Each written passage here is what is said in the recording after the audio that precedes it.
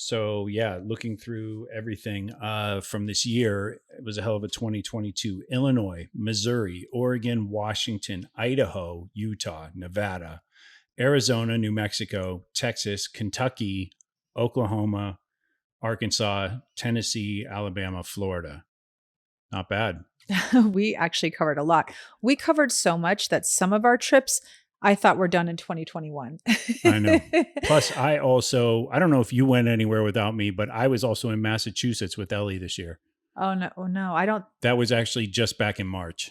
Wow. I know it feels like we're going to talk about our trip to Dubai. I keep telling everyone it was in 2021. It was just in March this past year, which is so insane. How are we going to put a trip into Dubai when a flight is 16 hours and he already has like a full schedule for March? And I just said, you're going to have to cancel something. But I would say, unless you're going to fly business or first, and who can really afford that? I mean, it's thousands of dollars where you lay down and you get foot massages and all of this crazy stuff. I would suggest stopping over in like London, in England, something like that. And that is something that we learned on the way, meeting other travelers. So many people had said to us that when they were flying a long distance, it seemed like Europe was the halfway point. So people would stop, spend 3 days in England or Paris or Germany. We stayed basically between Abu Dhabi and Dubai. We were about 35 minutes from Dubai. So we were closer to Dubai than Abu Dhabi, but we were south of Dubai and really in a more, well, there is no such thing as an industrial area there, but more of the desert. I mean, the whole thing is desert, but we were really on the outskirts because the downtown city of Dubai is exactly what you have seen on TV.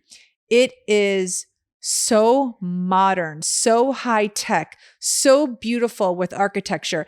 And we were 30 minutes outside of that. You know, they needed space to create the World Expo. So think about a place like that where they could put hotels and all of the pavilions and, you know. Yeah, they're basically building a city at that point. We were there for 5 days and I maybe saw 7 people not dressed appropriately. Yeah. And a couple of them were men who were wearing shorts and the rest were women. So yeah, there were a couple of girls. Like I remember walking around the expo, we saw maybe 2 girls that had like tank tops on. And it was like, they're crazy. Like thinking? I would not even, it's so disrespectful. So when you go to another country, we talk a lot about traveling in the States.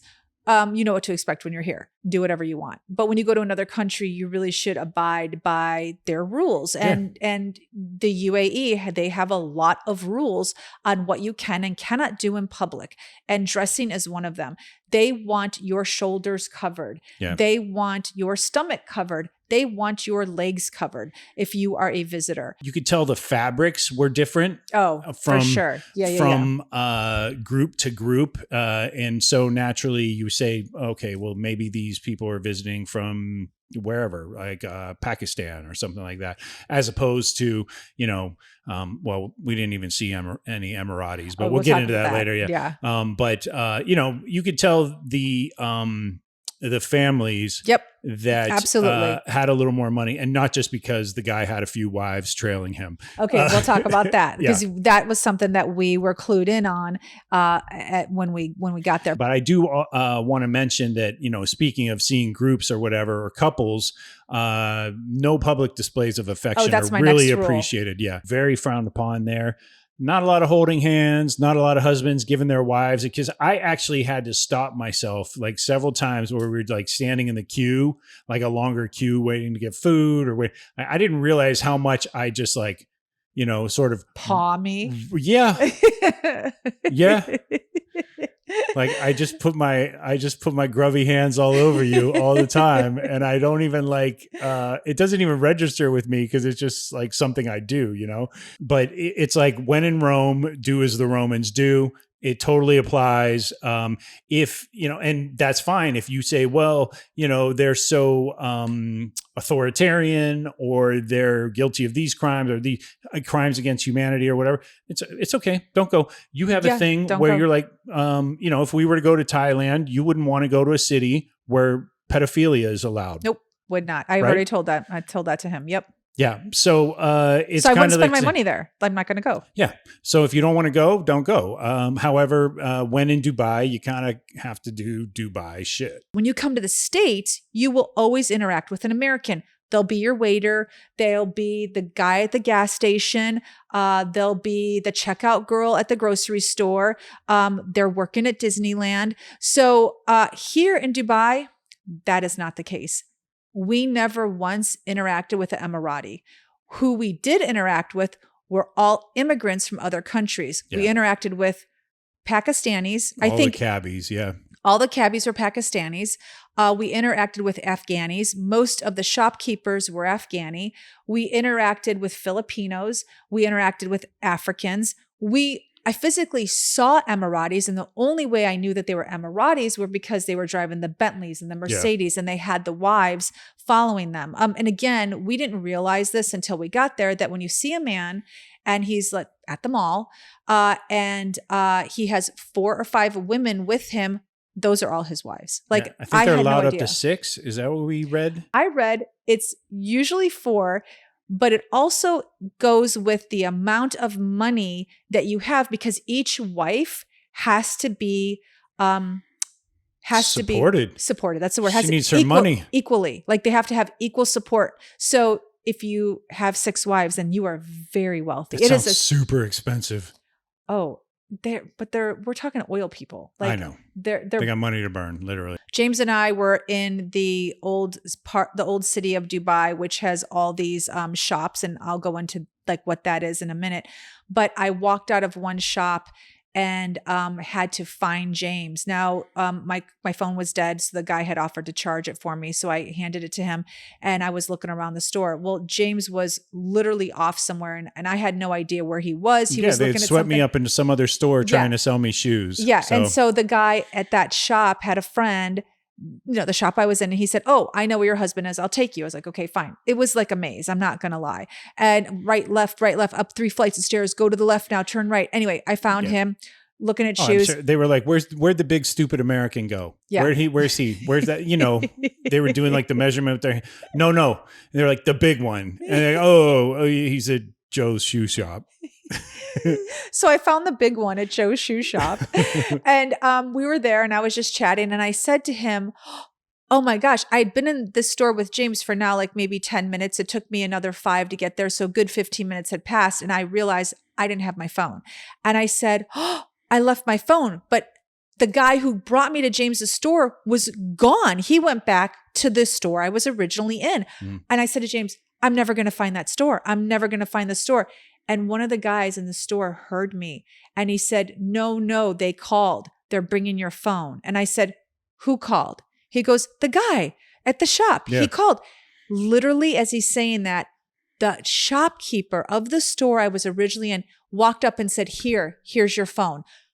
You could have that shit wouldn't happen in Beverly Hills, let alone like, oh no, let's just talk about Koreatown. No, let's LA. just talk about, if that were in LA and my phone had been missing for 15 minutes, my Chase account would have been hacked. Somebody would have been buying a car with my social security number. My phone would have been dismantled. I mean, forget it. And getting it back, that to me, like, I couldn't believe it. I literally couldn't believe it. Then we went into another shop, and we were talking to a local there. Well, no, not a local. He was from Afghanistan, but he was a shopkeeper. And we were just talking about what brought him there. And we talked about theft. He was telling me, that the laws in Dubai are very strict. And he said to me, this is exactly his example. He was in a shop. He worked in this big, huge, trinket store, for tourists, you can buy little statues and candy and this and that. And he said, you can put a bar of gold in the middle of this shop right here and no one would take it. And I said, why? And he said, the penalty is so high. He goes, a bar of gold right now is, I think he said what was it? It's what was it? I think he said something was it $1,500? No, a bar of gold is what was it? An ounce. An ounce. So he was talking about an ounce of gold. And then he just said the bar of gold, he gave me a number. And he said, if I stole it, it would cost me a $30,000 fine. That's how I know the number. He said, and I would lose my hand. he said, so there's nothing worth it. He said, so now I can't work. He said, now I owe the government $30,000. He goes, that bar of gold will never equal like me having a hand. He said, that's never a truer statement spoken. He said, there's nothing worth it. That was his exact words. He goes, there's nothing worth losing a hand, paying a fine, and going to jail. Okay, so obviously it's a Muslim country. Not a lot of alcohol being poured at everywhere you go. In fact, you can get it. You can obtain it like on the resorts. There are places you can get it at the resorts, or we could have got it at the Ritz-Carlton or whatever. We did actually. We had like a beach drink or something.